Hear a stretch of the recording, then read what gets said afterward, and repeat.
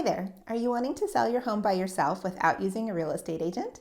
In this video, I'm going to give you 12 steps on how to do that. And if you want to hear about the free resources you can get from a realtor and why you should ask them for it, join me now.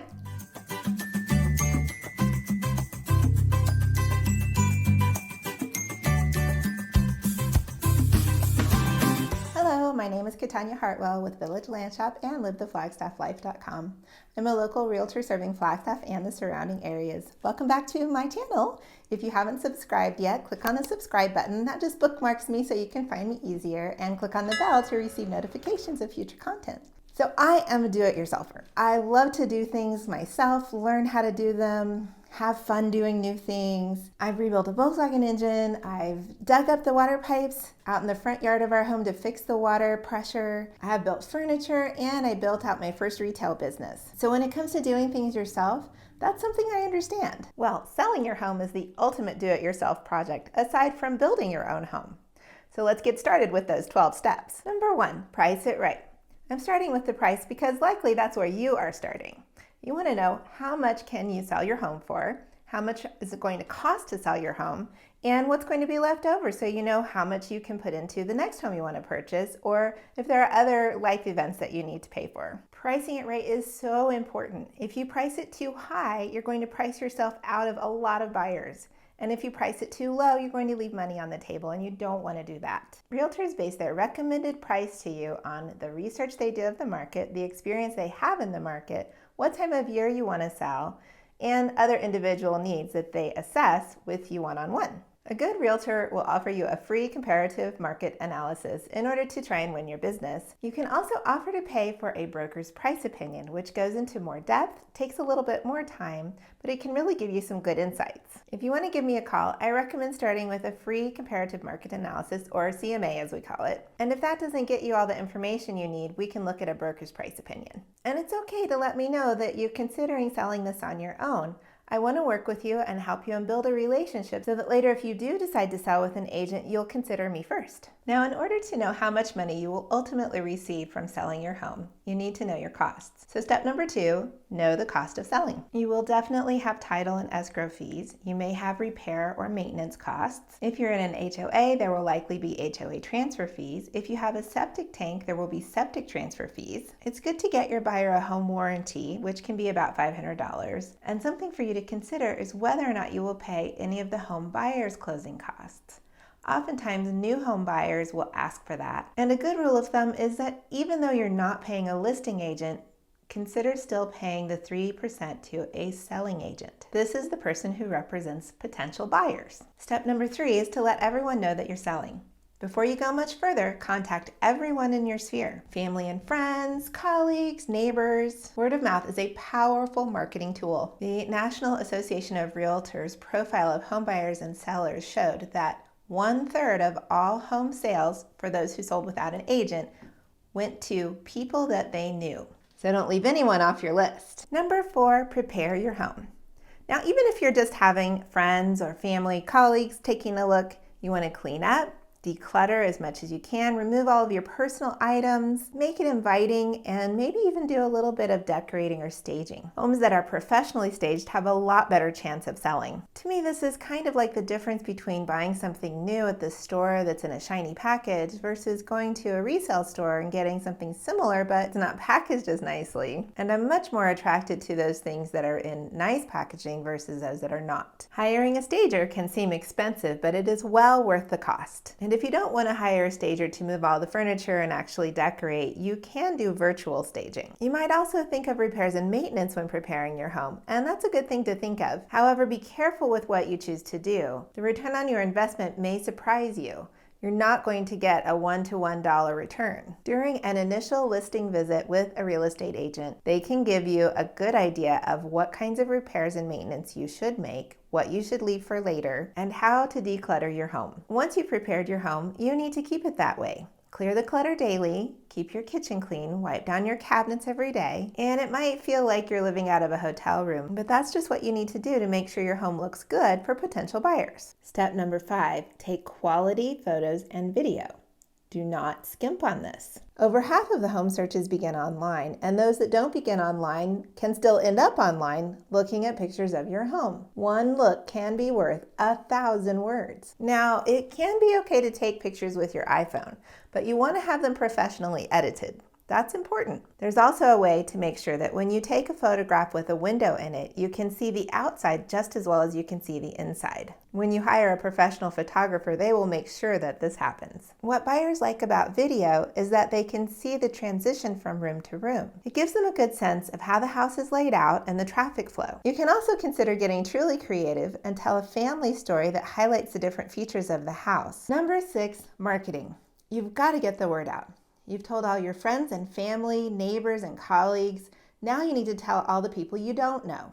So how do you do that? If you list with a realtor, they will put it on the MLS, and the MLS is a very powerful tool. It will get the same information out to Zillow, but it will also put it on Trulia, Homes.com, Realtor.com, and even individual agencies will grab that information from the MLS and they will create a web page that is just highlighting your home. Realtors will also distribute your information to their databases and especially highlight it for people who are looking for a home just like yours. Yes, I know you don't want to pay a listing agent, and that's fine. There's no worries about that. Look into Facebook advertising.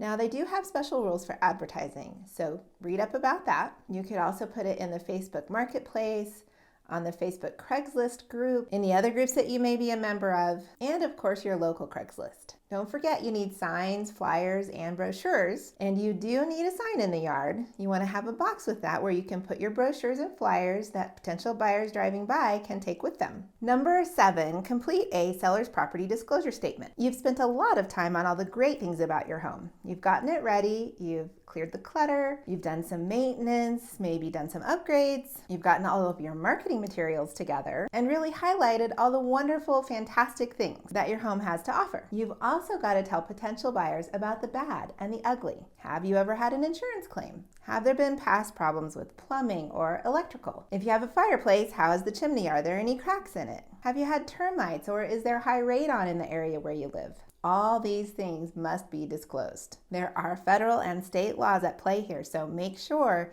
that you know your state's laws. And remember, an omission is the same thing as a lie. The last thing you want to have happen is months after you've sold your home, your buyer comes back and sues you for something you didn't tell them about. If you're not sure, disclose it. Number 8, decide whether or not you're going to have an open house. Only 2% of home sales happen with someone they found at an open house. So if you're comfortable not having an open house, just skip this step. But if you really want to have one, don't do it alone. Have someone do it with you. Make sure you hide anything that's valuable. Jewelry, medications, anything small that might walk away. And have a sign-in sheet for all of your visitors to put their name, email, and phone number. Be prepared to ask questions. You want to find out, when are they prepared to buy? Do they have another home they need to sell before they buy this one? And are they pre-qualified for financing? A serious buyer is willing to share this information with you, so don't be afraid to ask. You want serious buyers. That brings me to number 9, answer your phone. If you don't want to give out your personal phone number, you could consider getting an 800 number or temporarily adding a second line just for receiving calls about your house. Same thing goes about those questions you want to ask potential buyers at an open house. You need to ask potential buyers on the phone. Also be prepared to have agents contact you. It might just be a buyer's agent, and they'll want to know, are you paying the buyer broker commission?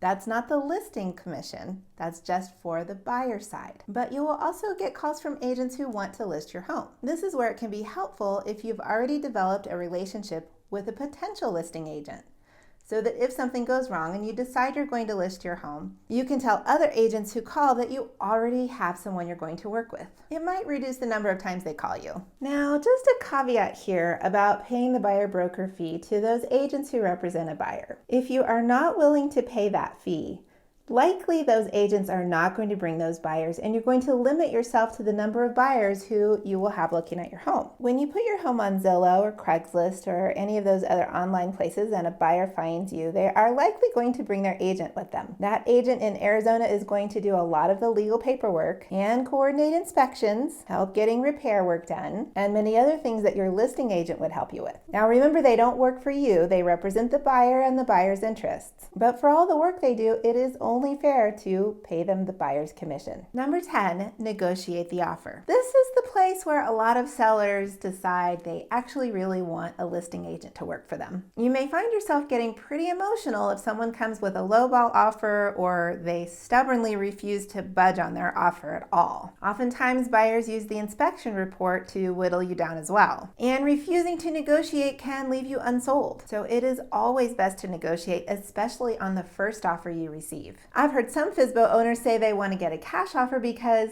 it will increase the price that they get. However, savvy cash buyers know that if they're paying cash, it's an easier transaction, and therefore they want to knock down the price from that. During negotiations is also when you'll know what kind of earnest money they want to put down. And it's important to know at what step along the way you will have to give them their earnest money back if things don't work out. So number 11 is preparing for contingencies. Do you know what kind of contingencies constitute a breach for which you, the seller, could say, no, I don't want to sell my house to you anymore? And what the contingencies are for when a buyer can say to you, yeah, I'm done. I don't want to buy your house. And how much time does each party have to remedy a contingency?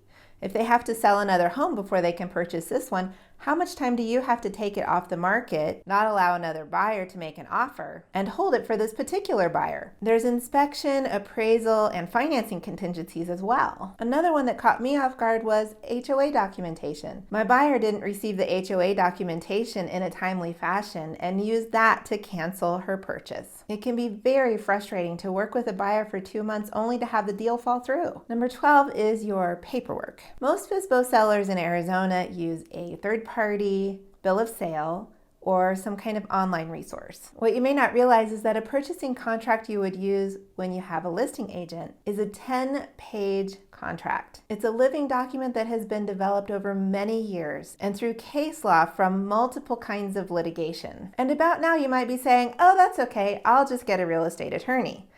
Well, here's the thing about real estate attorneys. They charge you $300 an hour, and they don't charge by the minute. So you might call them up with a quick question, maybe talk for 10 or 15 minutes, and you'll get a $300 bill. In Arizona, citizens voted to allow real estate agents to practice limited real estate law in order to navigate these common transactions. That means you can call up your listing agent anytime you want to, for any question, talk to them for any length of time, and you're not going to get billed $300 a phone call. Now, I'm not saying a bill of sale or an online resource for a contract can't work for you. Those can work. They have worked. That's why people do for sale by owner. But I don't like being blindsided, and I can't imagine you do either. So it's good to know about some of the things that could go wrong. At the beginning of the video, I told you there are free resources you can get from a real estate agent, and there are reasons why you should do that. I kind of highlighted some of those throughout the video, but I just want to recap here. Good agents know that they sometimes have to compete to get your listing. And so they will provide an in-person consultation one-on-one to tour your home, see what kind of shape it's in, see what kind of work you need to do to prepare it, and they'll give you information about that, as well as a free comparative market analysis. If you ask me to do this for you and you let me know ahead of time you are considering for sale by owner, I'll also prepare a free Facebook ad for you. Now, I won't do the advertising, you'll have to do that yourself, but I'll give you the ad work. The reason you should ask for these is that 1, agents will do this to win your business. 2, even if you decide you're not going to use an agent right now, you might change your mind for a myriad of reasons in the future. And 3, like I mentioned before, if you already have a relationship with an agent, it'll be easy to just call them up and say, hey, Katanya, I decided this is too much work for me. I don't want to do it. Why don't you come and list my home? We've already built a relationship, you know you trust me, and you're ready for me to just pick up where you left off. I do wish you success selling your home by yourself. I hope you found this video helpful, and if you liked it, give me a thumbs up. Tell your friends about it, share it, comment below. If you have other questions about for sale by owner, let me know. I'll get back to you as quick as I can. Thanks, and I'll see you next time. A free market. I don't know what I want to say next. Oh, where my head was. Lost my breath. I don't know what that is. There was something else I wanted to say about that. Gonna think of it here any second.